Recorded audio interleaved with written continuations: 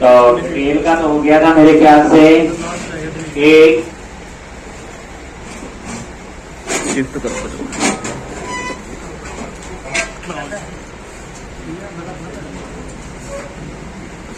तो एक बार ये सारा क्लोज कर दो, करोगे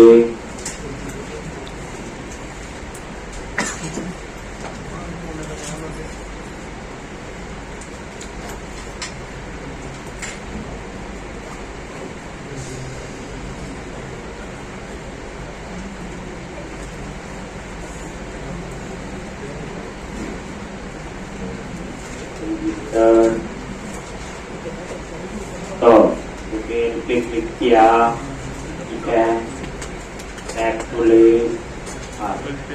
अब लास्ट मोड था चलिए एक, तो एडिट का भी हमने लिया था, प्रॉपर काम कर रहा है, कंट्री सिलेक्ट हो रही है, कंट्री स्टेट का भी सिलेक्ट हो रही, तो मैंने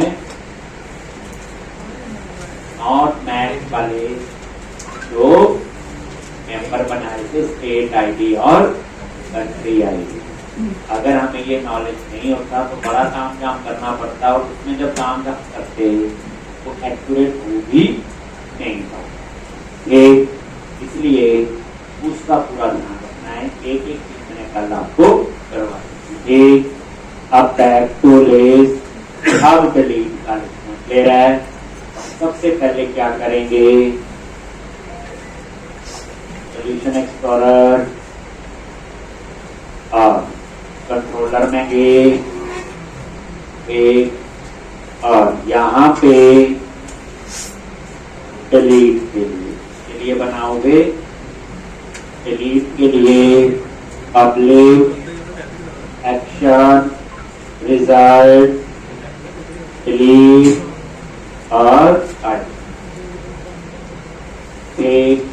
और क्या लिखना है सबसे पहले, user in TV contact dot register dot find, यहाँ तो फाइंड लिख लो। और यहाँ पे चेक किया यूजर इन टीवी नल है, रिटर्न HTTP नॉट फाउंड, ठीक। और उसके बाद contact dot register dot remove user in TV,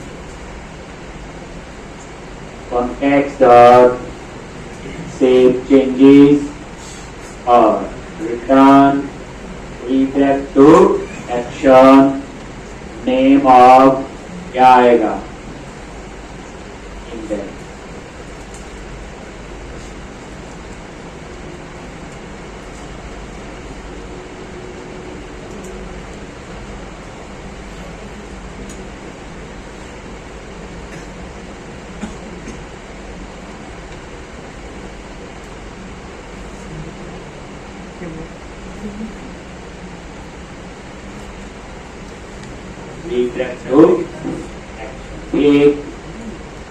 अब आपने क्या करना है, बोलो,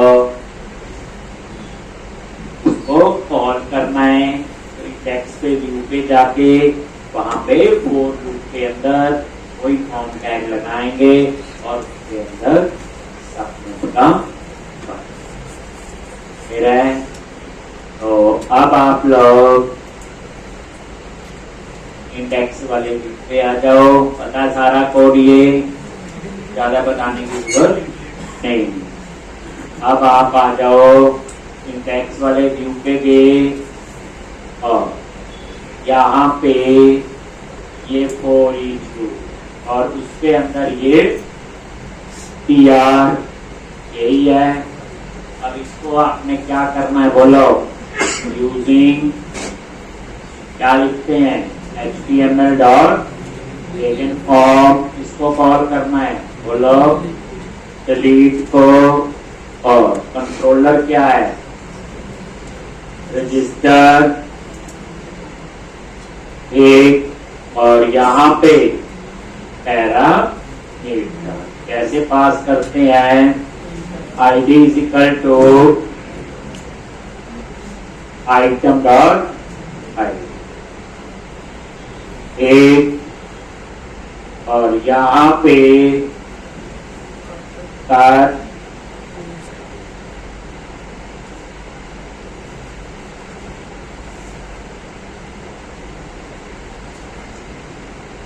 लिया ये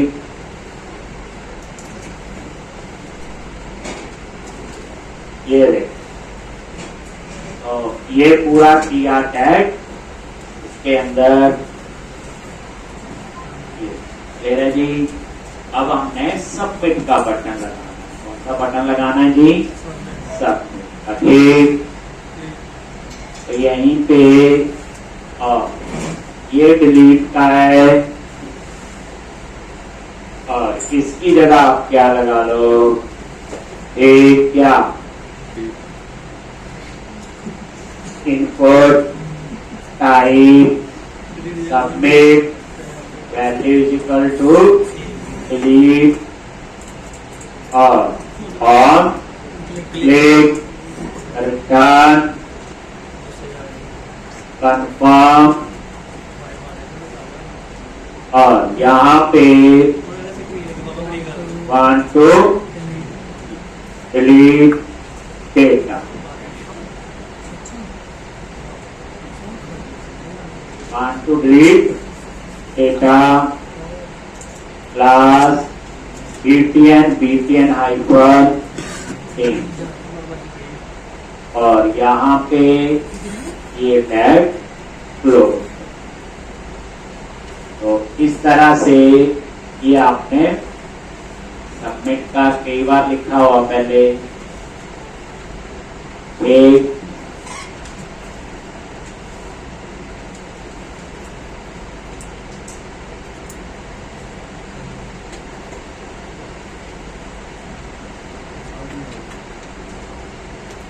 लिखा हुआ ये,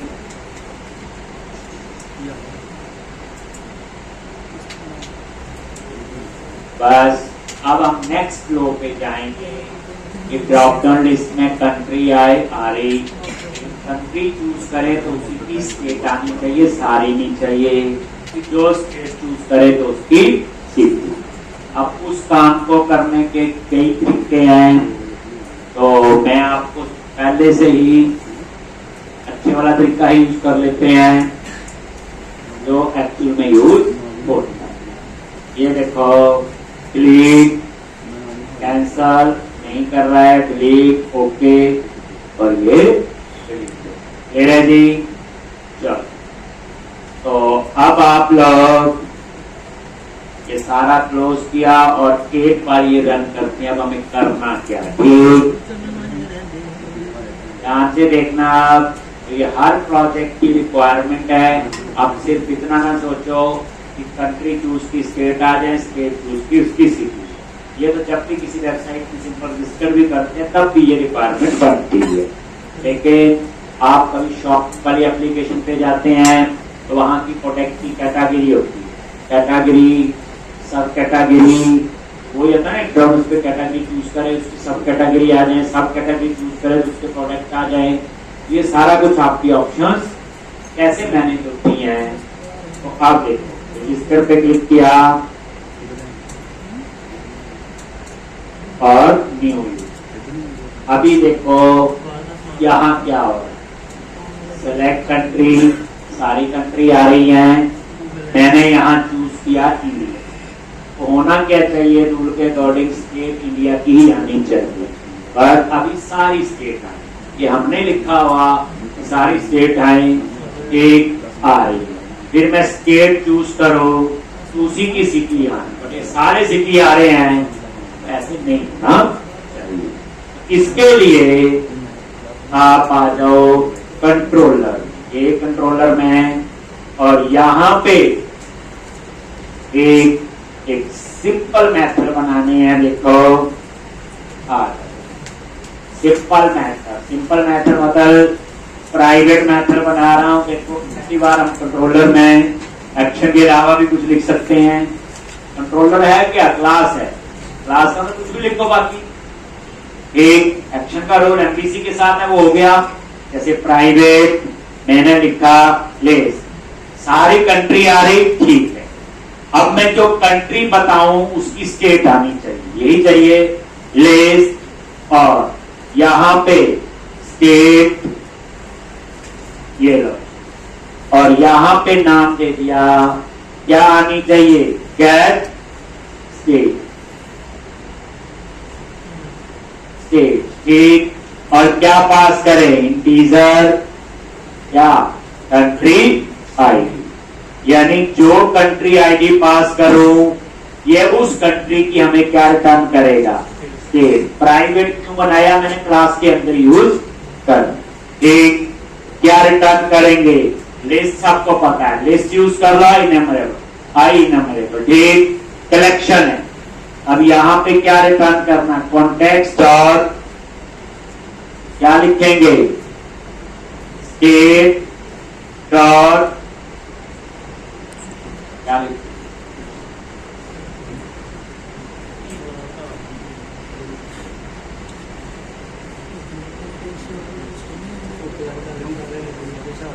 क्या लिखेंगे,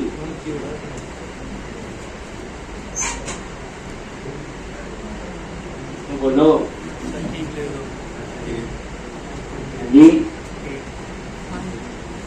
क्लियर, अगर आप माइंड लिखोगे एक ही रिकॉर्ड आएगा, फर्स्ट और रिकॉर्ड लिखोगे एक आएगा, इस बात तो एक से ज्यादा रिकॉर्ड है। मैंने क्या किया, वेयर, और ये देखो एस लैम्डा एक्सप्रेशन, और एस इसके अंदर एक कॉलम है कंट्री आईडी, और ये कंट्री आईडी कौन सा आएगा, जो हम लोग पास करेंगे, डॉट टू प्लेस, हो गया एक लाइन से, वेयर यूज किया, ठीक। इसका मतलब है जो कंट्री आईडी पास किया ये उस कंट्री की हमें स्टेट के लिस्ट देगा, एक स्टेट भी हो सकती, 10 भी हो सकती, 50 भी। तो यहां फाइंड और फर्स्ट और डिफॉल्ट किसी कीमत के यूज नहीं, एक प्राइवेट। अब दूसरा लिस्ट, क्या आएगा, सिटी, ठीक। तो यहां पे नाम दे दिया गेट सिटी, और पास करोगे क्या, स्टेट आईडी। अब हमें जरूरत है कि जो स्टेट आईडी पास करे ये उस स्टेट की हमें क्या रिटर्न करेगा, सिटी। तो क्या लिखोगे, return context dot city dot where, इस टाइप का है स्टेट। ये लैम्डा एक्सप्रेशन में जो वेरिएबल होता है ये ऑटोमेटिकली उसी टाइप का डिक्लेयर होता है जैसा उसका सोर्स। जैसे हम क्यू में लिखते हैं तो उसका सोर्स मॉडल होता है, मॉडल जो होगा ऊपर उसको उठा लेता है। अब इस केस में इसका सोर्स क्या है, सिटीज, इसका सोर्स क्या है, एक स्टेट। याद रखना यहाँ डाटाबेस को हम डाटाबेस की तरह नहीं सोच सकते, यहाँ सारा चीज काम सोचना है क्लासेस, एक तभी क्लासेस से वो बने हैं। लॉजिक, अब ये दो प्राइवेट मेथड बना लिए। अब देखो अगर मैं सिंपल एमवीसी में ये कोड मैनेज करूं तो रिक्वेस्ट जो है सर्वर पे जाएगी, बार बार डाटा सर्वर से आएगा तो परफॉर्मेंस स्लो होती है। तो यह रिफ्रेश होता पेज, और उसमें क्या होता, पूरा पेज सर्वर पे जाता, पूरा पेज सर्वर से आता है, पूरा पेज आएगा। पहले जावास्क्रिप्ट में जो डाटा आएगा उसके लिए हम यूज करेंगे कंसेप्ट एपीआई। पहली बात बताऊं, एपीआई एप्लीकेशन प्रोग्रामिंग इंटरफेस, ये एक टॉपिक है जिसके ऊपर मैंने 15 लेक्चर लगाने हैं कम से कम। लेकिन अभी जो है जितना मैं बताऊंगा उतना समझना है कि एपीआई क्या होती है और क्यों बनाते हैं और कैसे बनानी है, कैसे इंप्लीमेंट करनी है, बस इतना समझना। तो एपीआई को मैं पहले लेमैन की तरह थोड़ा बताता हूं। जब एक वेबसाइट में किसी और वेबसाइट से डाटा आ रहा होता है तो कैसे आता है, एपीआई से आता है। एक जैसे छोटा एग्जांपल देते हैं जी, आपने बोला जी यहां से आपने जयपुर जाना है, फ्लाइट बुक करनी है। एक गूगल में लिखोगे flight from Chandigarh to Jaipur. फिर उसके बाद नीचे वेबसाइट खुल जाएंगी, booking.com, makemytrip.com, ऐसे कई। आप वहां जाएंगे, वो आपसे पूछेंगे कितने पैसेंजर, किस डेट को, वो डाल दो। जैसे आप गो पे क्लिक करोगे, नीचे एयरलाइन की लिस्ट आ जाएगी कि हाँ जी ये वाली एयरलाइन इतने बजे चलती है, इतना पैसे बनेंगे। यानी एयर इंडिया इतने बजे चलती है, उस दिन विस्तारा की फ्लाइट इतने बजे चलेगी, इसमें इतने पैसे लगेंगे। यहाँ पे इंडिगो की फ्लाइट इतने बजे चलेगी, इसमें एयरलाइन चाहिए। तो आप मुझे बताओ, booking.com पे गए आप, वहां ये सारी लिस्ट आ गई, तो क्या booking.com के पास सारी एयरलाइन का डाटा है? चाहे उसमें क्या होगा, अलग अलग होटल होंगे, एक वहां ताज भी होगा, एक रेडिसन भी होगा, ओबराई भी होगा, ऐसे और कई होटल होंगे। तो आपको क्या लगता है booking.com वालों ने अपने डाटाबेस बनाया होगा? नहीं। बुकिंग वालों को क्या पता कि ताज होटल में कौन से में कितने कमरे खाली पड़े हैं, बुक करूं? वो डाटा कैसे आया? ताज के डाटाबेस से आया होगा, एक ओबराय के डाटाबेस से आया होगा। हाँ जी, इस दिन ये कमरे खाली हैं, ये नहीं भी होंगे, ऑटोस्टॉक होंगे। एक कहने का मतलब मेरा यह है, अलग अलग डाटाबेस से डाटा आ रहा है, डेटा कौन लेके आ रहा है? API। ऐसे कई एग्जांपल हैं। अभी आप कोई फोन खरीदना चाहते हो, लैपटॉप खरीदना है, गूगल पे लिखते हैं कि मुझे लैपटॉप चाहिए, Core i5 चाहिए, ये चाहिए। तो जैसे आप देखोगे, जो eBay पे जाओगे, Amazon पे, फ्लिपकार्ट पे, वहां पे आपके पास उस कॉन्फ़िगरेशन का डेल के लैपटॉप का डाटा भी आ जाएगा, HP का भी आ जाएगा और लेनोवो का भी आ जाएगा। तो क्या लगता है आपको, eBay वालों ने खुद रखा हुआ डाटा? क्या डाटा इंटरप्रेटर वे डालते हैं, पहले पूछेंगे हाँ जी खाली है, मैं डाल दूंगा? ऐसा नहीं होता। वो डाटा कैसे आ रहा है अलग अलग से? API। समझा? अभी आपका मन किया मैंने मूवी देखी, बुक माई शो में जाते हैं हम लोग और हम कहते ये मूवी बुक करनी है, तो वहां भी टिकट की आती है, कौन सा थिएटर, क्या टाइम, बुक करते हैं। अब क्या लगता है, बुक माई शो में जाके सारे डाटा एंट्री करते हैं, थिएटर वाले बैठ फुल हो गए खाती। तो वहां जो डाटा एक्चुअल डाटाबेस से जो कम्युनिकेट हो रहा है, बुक माई शो नहीं। एक्चुअल तो अपना होगा, जिस थिएटर का जिसका होगा, जिसके पैसे जाएंगे। कहने का मतलब डाटा कैसे आ रहा है, किसके थ्रू आ रहा है? API किसके लिए होती है? डेटा कम्युनिकेशन के लिए, बस और कुछ नहीं है। इनका ये सिर्फ डाटा लाने के लिए होते हैं, ठीक है? डाटा आपको नजर नहीं आएगा, सिर्फ डाटा लेके आएंगे। ठीक, अब डेटा वो इस फॉर्मेट में होता है जो सबको समझ आए, और वो फॉर्मेट यूज होता है आजकल JSN। JSN होता है डेटा का फॉर्मेट। तो डेटा आएगा हमका एक थोड़ी, अब एयरलाइन है 50, ठीक, अब कोई एयरलाइन की एप्लीकेशन बनी जावा में, उसने API जावा में बनाई होगी, किसी की पाइथन में बनी होगी, किसी की PHP में बनी होगी, किसी की .NET में बनी होगी, ठीक। और मेक माई ट्रिप या booking.com या मेक माई ट्रिप वो बनी हुई है पाइथन में। अब बताओ, ये तो नगल की पंगा पड़ गया कि वहां का डाटा कैसे आएगा, हमें कैसे समझाएगा? तो जो डेटा आएगा वो एक ही फॉर्मेट में मिलेगा, और वो फॉर्मेट जो यूज होता है आजकल JSN का XML यूज होता था, JSON, JavaScript online notation, JSON, ये डाटा का फॉर्मेट है, ये सबको समझाएगा। JSON, JavaScript online notation.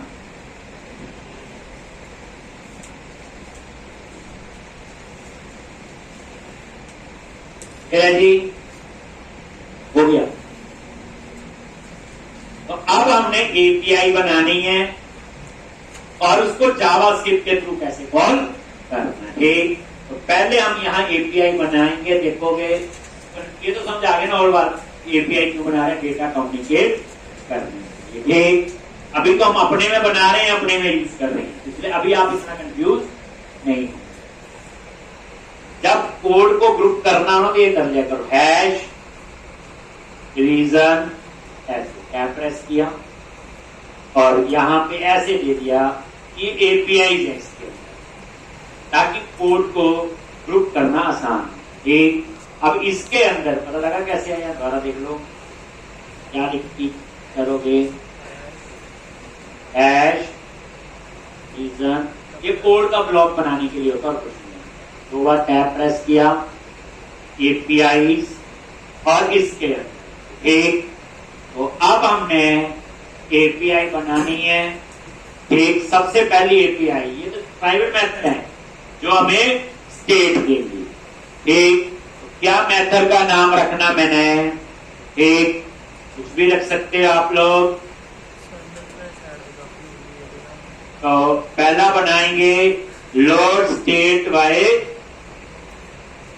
Country, तो यहां पे पब्लिक एक्शन रिजल्ट, कुछ भी नाम हो सकता है वैसे, और यहां, और इसमें आप पास कर दो क्या, इन क्या कंट्री आईडी। ये क्या करेगा, ये पब्लिक है, बताइए, एक्शन रिजल्ट पता है, load state by country ID.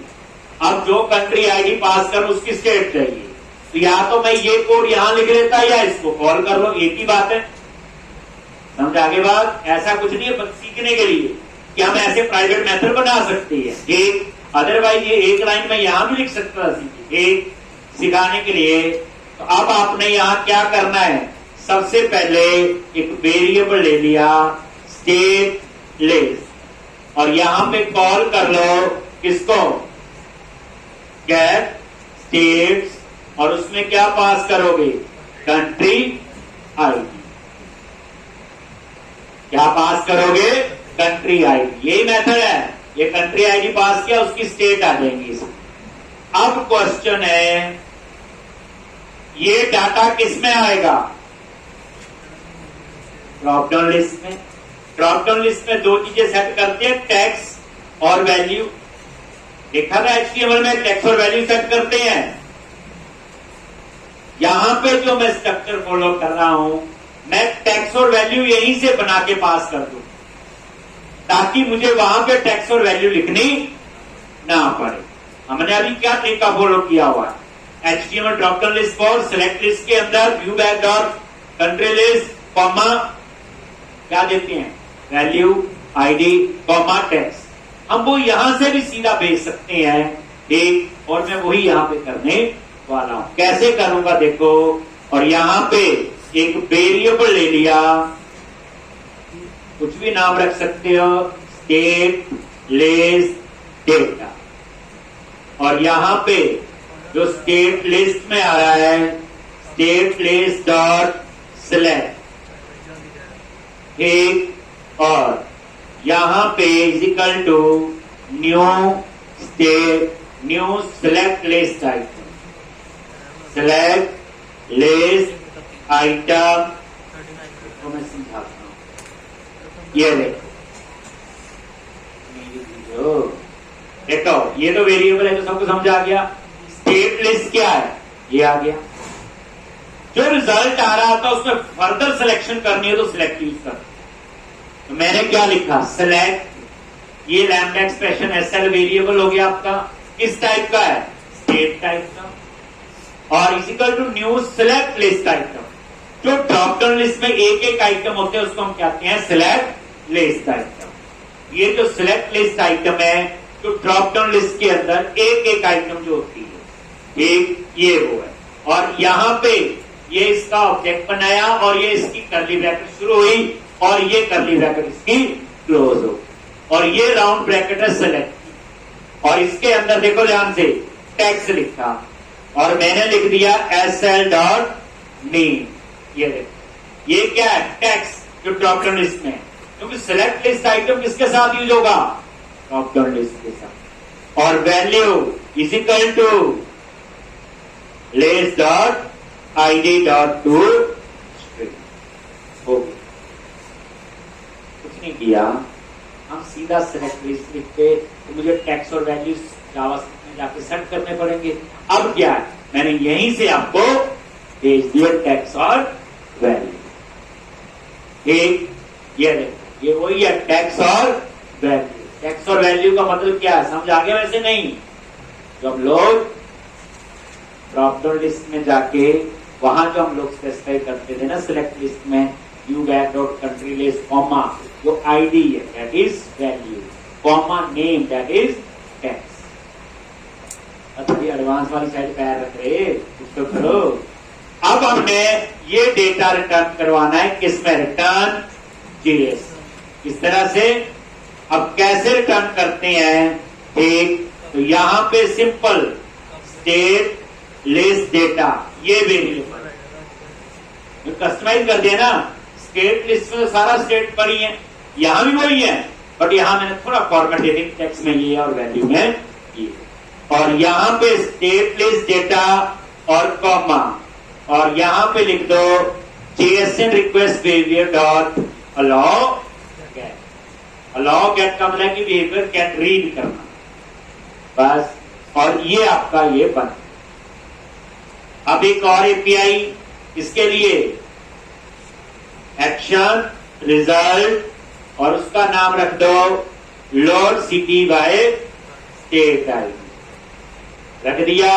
और यहां क्या पास करेंगे, बोलो? State ID. ठीक, और यहां पे आ गया, और वेर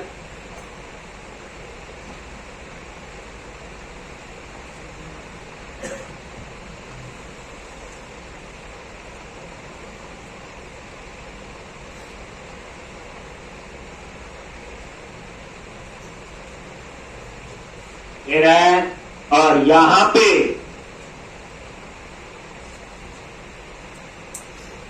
क्या चाहिए? सिटी की लिस्ट। तो वेरिएबल ले लिया सिटी लिस्ट, क्या लिखोगे?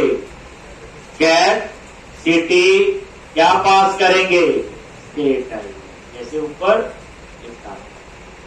और उसके बाद where city list data is equal to, क्या लिखेंगे? सिटी लिस्ट डॉट सिलेक्ट, अभी बताया city list is equal to new select list item, वही तरीका जो ऊपर लिखा हुआ। ठीक, और यहां पे text is equal to city list dot name, यहां पे value is equal to city list dot ID dot to हो गया। और यहां पे रिटर्न JSN, और यहां पे सिटी लिस्ट डेटा और JSN बिहेवियर डॉट अलाउ।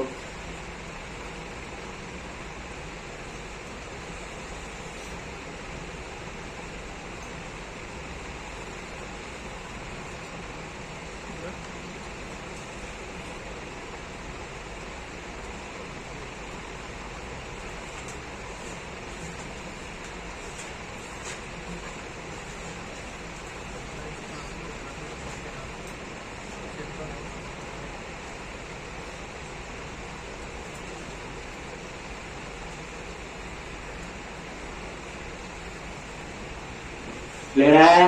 तो इस तरह से ये आपके बना, ये दो एपीआई हमने बना। क्लियर है? अब इनको आपने एक्चुअल में ये दो एपीआई जहां रिटर्न JSN लिखा है, यही समझाया। एपीआई डेटा कम्युनिकेट के लिए होती है, और किस फॉर्मेट में आता है डेटा? JSN। अब ये डेटा जो है जावा को भी समझाएगा, पाइथन को भी, किसी को भी जा सकता है। ठीक, और एपीआई में जो हम देते हैं वो एक URL देते हैं। क्या देते हैं? URL। ठीक, अब वो URL कैसे होगा वो हम लोग अभी यूज करेंगे, पहले इतना लिख लिया जी। अब असली पिक्चर है जो आपको लिखना है, जावास्क्रिप्ट का कोड है, और अभी हमें इतनी जावास्क्रिप्ट नहीं आती कि हम उस कोड को खुद लिखें। लेकिन ये जो प्रॉब्लम मैंने बनाई है ये बड़ी प्रैक्टिकल है और ये आपको हर प्रोजेक्ट के अंदर चाहिए। कंट्री स्टेट सिटी तो चाहिए है एक। तो जावास्क्रिप्ट का जो कोड है एक, वो आप अभी नहीं लिख सकते। जो हमने इसके बाद शुरू करना है ASP.NET कोड, उसमें जावास्क्रिप्ट खुद लिखेंगे और यही कोड 10-12 दिन बाद आपको समझाना पूरा शुरू हो जाए। लेकिन अभी आप इससे डरेंगे नहीं। तो अब मैंने क्या करना है, इनको कॉल कैसे करना है। अब मेन चीज ये तो बनाई है API। अब हमने इस प्रोजेक्ट में कॉल कैसे करना है, तो यहां पे स्क्रिप्ट के अंदर जाके हम एक स्क्रिप्ट फाइल बना, ऐसे मैं बताऊंगी का कोड, यही कॉलम उसमें कोई मर्जी का नहीं एक। तो वैसे तो यही चल जाएगा। तो यहां पे मैंने एक फाइल बना लेनी। फाइल बनाने का फायदा यह है कि जहां मुझे जरूरत होगी मैं उसे जितनी मर्जी बार यूज कर सकता हूं। कल को दूसरे प्रोजेक्ट में यूज करना होगा तो मैं वहां भी कर सकता हूं। इसलिए मैंने ये सोल्यूशन ऐसा बनाया हुआ कि रीयूजेबिलिटी इतनी है आप इस मल्टी प्रोजेक्ट में, बट रूल फॉलो थोड़े से करनी है। अब स्क्रिप्ट में जाओ, एक स्क्रिप्ट फाइल बनानी है एक, तो इसका नाम कास्केडिंग रख लेते हैं। यही है ना कास्केडिंग, कंट्री चूज कर, स्टेट है स्टेट, कुछ भी नाम हो सकता है, आप अपना नाम रख लो मर्जी आप एक। तो मैंने ये फाइल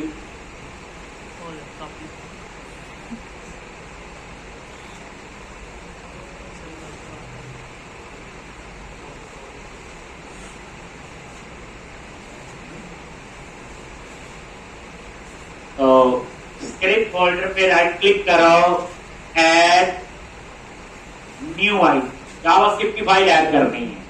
स्क्रिप्ट फोल्डर में जावास्क्रिप्ट ही होती है, पता है। तो स्क्रिप्ट फोल्डर पे राइट क्लिक किया, ऐड न्यू आइटम, और यहां ये जावास्क्रिप्ट फाइल ढूंढ लोगे और इसका नाम मैंने दे दिया, कुछ भी रख सकते हैं वैसे नाम, cascading.js। कौन सी फाइल है ये, cascading.js। और ये देखो यहां पे ये ऐड भी हो गई और ये आ गई। बेसिकली JS फाइल है जावास्क्रिप्ट। अब इसके अंदर जो कोड है, ठीक मैं फिर कह रहा हूं अभी ASP.NET कोड कल से शुरू हो जाएगा, वहां भी ये जावास्क्रिप्ट खुद लिखेंगे धीरे धीरे स्टेप बाय स्टेप करके, फिर ये सारी कोड की आपको अंडरस्टैंडिंग होगी। तो ये जो JS का कोड है,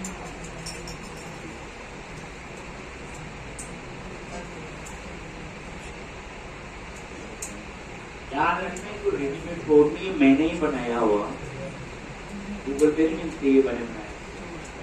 ये जो प्रैक्टिकल जितने भी आप पढ़ते हैं ये सारे हमने अपनी रिक्वायरमेंट के हिसाब से बनाए। अगर नहीं गूगल से ले लेंगे, ढूंढ लेना, पता चल।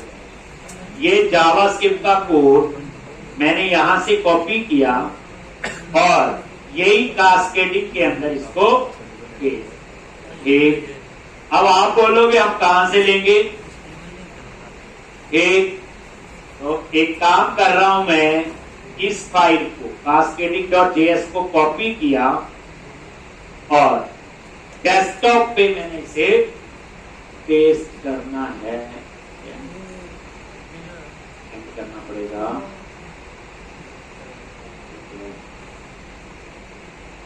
कॉपी आ रहा है ना, तो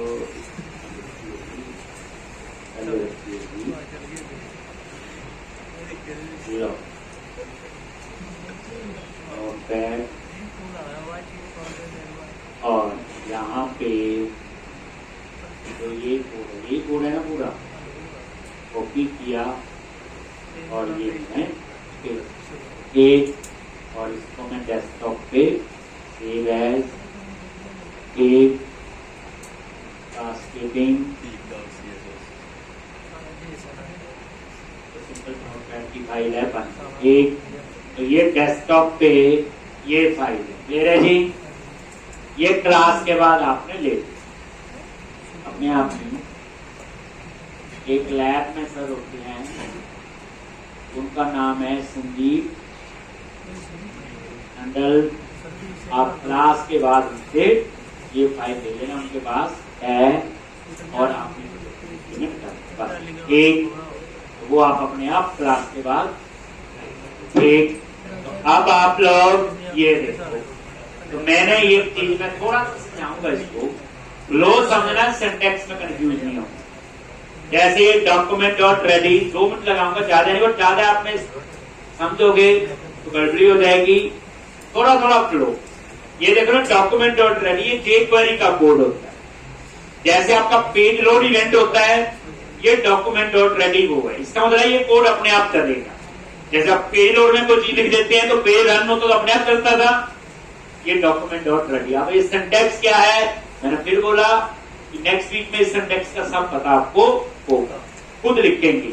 अब ये देखो, ये कंट्री आईडी है हैश।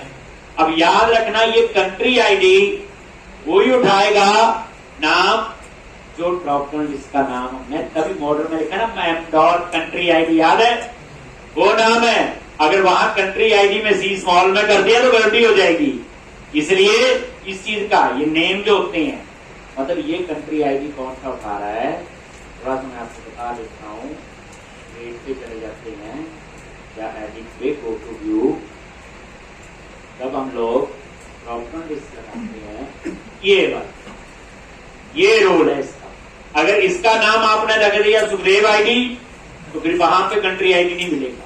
इसका नाम CNT रख दिया, कंट्री रख दिया, वहां पे नहीं। इसलिए इस चीज का आपने ध्यान रखना है।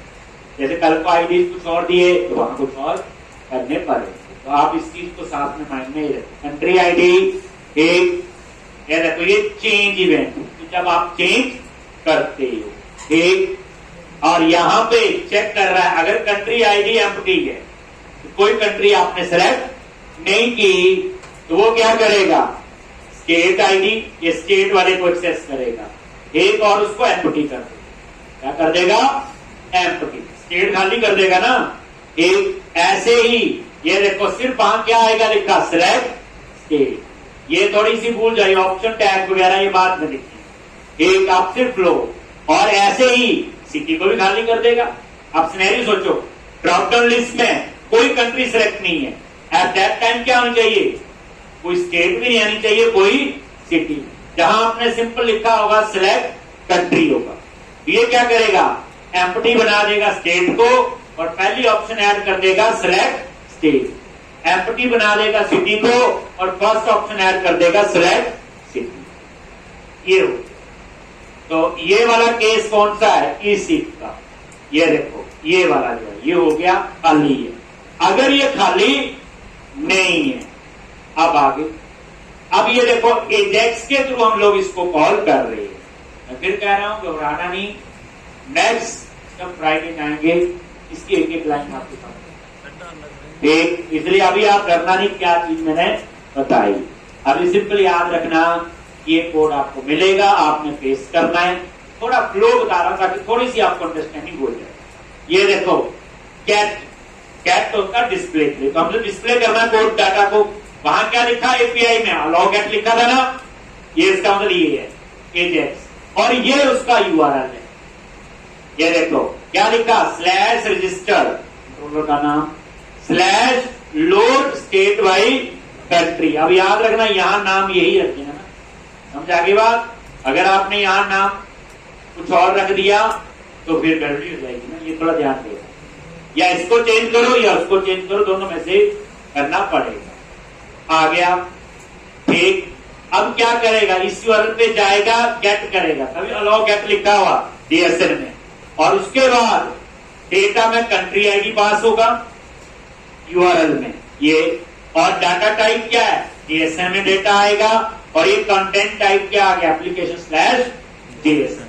ये फिक्स है, इनको आप नहीं खा सकते, ना कर सकते थे, सिर्फ आप चेंज कर सकते हैं। तो ये यूआरएल, बस ये आपका नाम हो रहा है तो कर सकते। उसके बाद जो डाटा, ये सक्सेस के बाद जो डेटा आएगा, और उसके बाद इसमें वो डाटा आ गया सारी उस कंट्री की स्टेट, और ये क्या करेगा, स्टेट आईडी को ढूंढा, ड्रॉप डाउन लिस्ट जो है, एक पहले उसे खाली किया इसने, एक और ये ऑप्शन टैग लगा दिया और जहां डिफॉल्ट आ गया सिलेक्ट स्टेट, और उसके बाद ये देखो ये लूप लगाया, ड्रॉप डाउन लिस्ट लग जाएगा किसका, स्टेट के लिए, उसमें लिखा आएगा सिलेक्ट स्टेट, और उसके बाद नीचे जो है ये फॉर ईच लूप इसमें ऐसे लगता है, डॉलर ईच, और ये डेटा में सारा डेटा आ गया इस एपीआई से, सारी स्टेट आ गई किसी को, और ये लूप चलाएगा, और इसने क्या किया, select dot append option tag लगाता गया, और ऑप्शन के अंदर ये देखो वैल्यू में क्या लिखा, item dot value, item dot tax, ये कौन सा उठाया इसने, ये आइटम डॉट टैक्स और आइटम डॉट वैल्यू, तभी मैंने यहां पे ये ले रहा है। ये हो गया किसके लिए, कंट्री के लिए। ठीक, अगर कंट्री सिलेक्ट है तो ये उस कंट्री की स्टेट आएगी।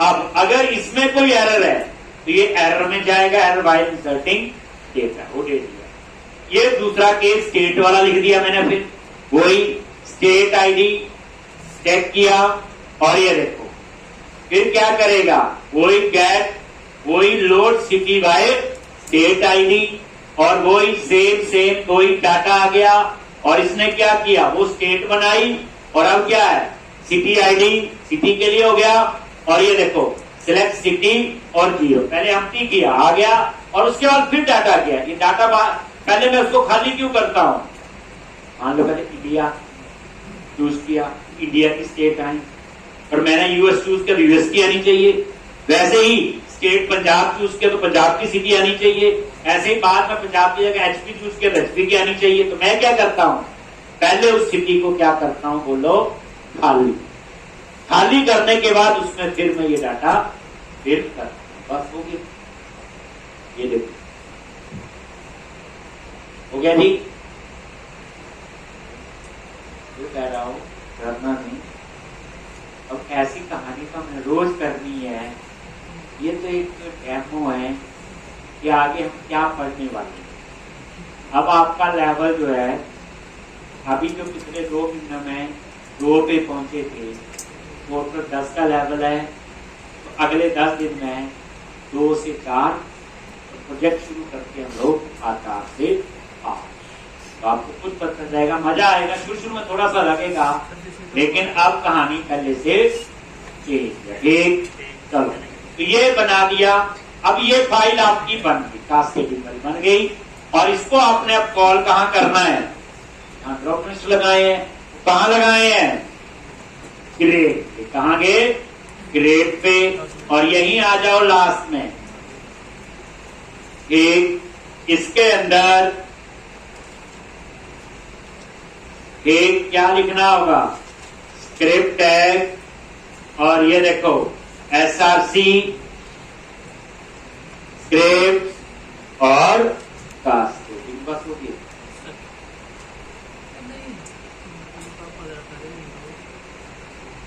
जो क्रिएट का व्यू है उसमें आपने इसको कॉल कर,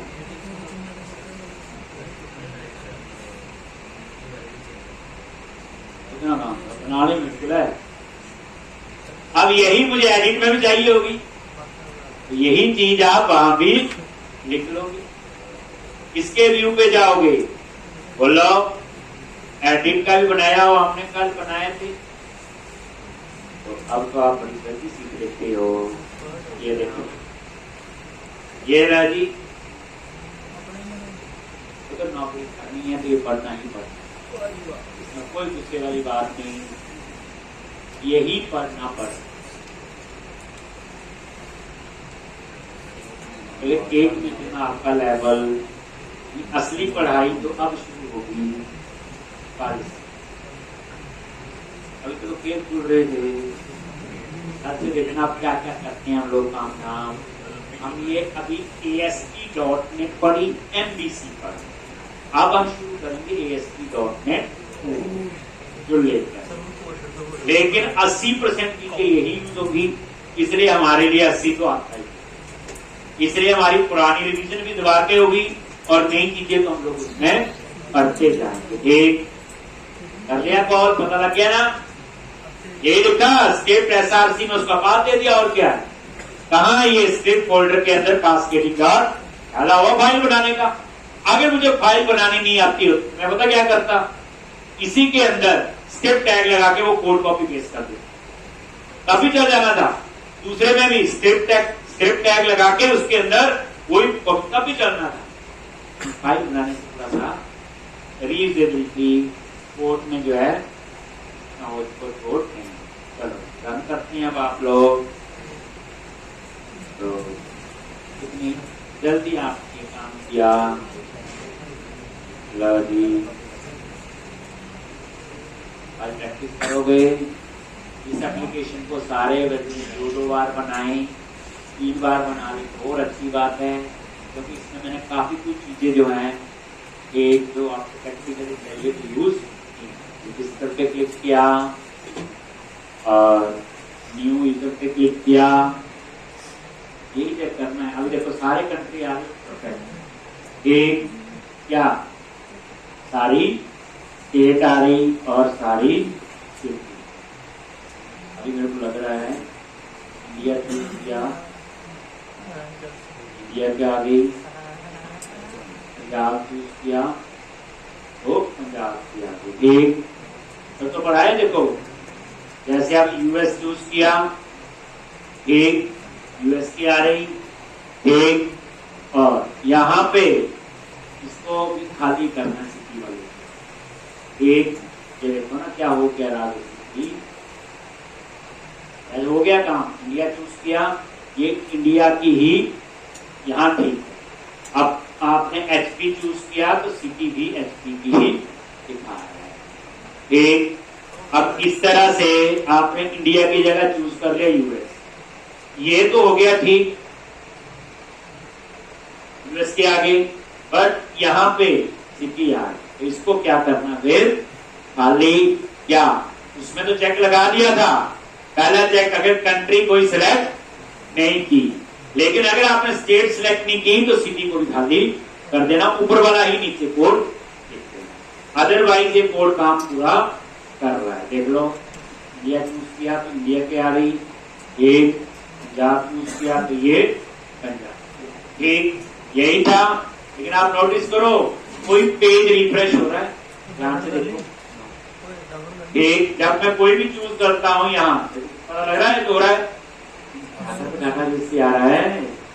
अब ये बात भी सोचो, ये डाटा सर्वर से आ रहा है, ये देखो जब भी आप ये चूज की, मान लो यहाँ चूज किया इंडिया, ठीक है, स्टेट इंडिया की आ गई, अब देखो ये आई कहां से, डेटाबेस से आई, डेटाबेस में गया है, पेज रिफ्रेश हुआ है, लेकिन एजेक्स के थ्रू डेटा आ रहा है तो ये डाटा जो है पूरे पेज को रिफ्रेश नहीं करता। एजेक्स क्या होती है, सिंक्रोनस जावास्क्रिप्ट एंड एक्सएमएल, यानी एजेक्स अप्लाई से पता क्या होता है कि डेटा जो है असिंक्रोनसली आपका एक्सेस होता है। इसका मतलब ये होता कि जैसे एक बंदा खड़ा है, पीछे से हमसे धक्का दे ऐसे, तो वो बात थी बिना एजेक्स में करता, हिल रहा था, मतलब बंदा पीछे कुछ हो रहा है, अगर एजेक्स है बंदा वो खड़ा है, पीछे से हमारे चुपके से जा रहे और आ रहे, उसको नहीं पता चला का, जब डाटा तो जा ही रहा है, तो बिल्कुल वही प्रोसेस है एजेक्स, आपको ये पता नहीं चल रहा कि डाटाबेस से आ भी रहा है डाटा कि नहीं आ रहा है, लेकिन पेज में कुछ ऐसा मैनेज नहीं हो रहा है। इस चीज का विचार, तभी मैंने यहाँ पे क्या यूज की, जावा ले रही थी। ये थी आपकी छोटी सी कहानी। इस एप्लीकेशन को बनाओगे तो कल आओ, कल हम लोग आगे करेंगे, छुट्टी ना करना, कल नया स्टार्ट करना है ASP.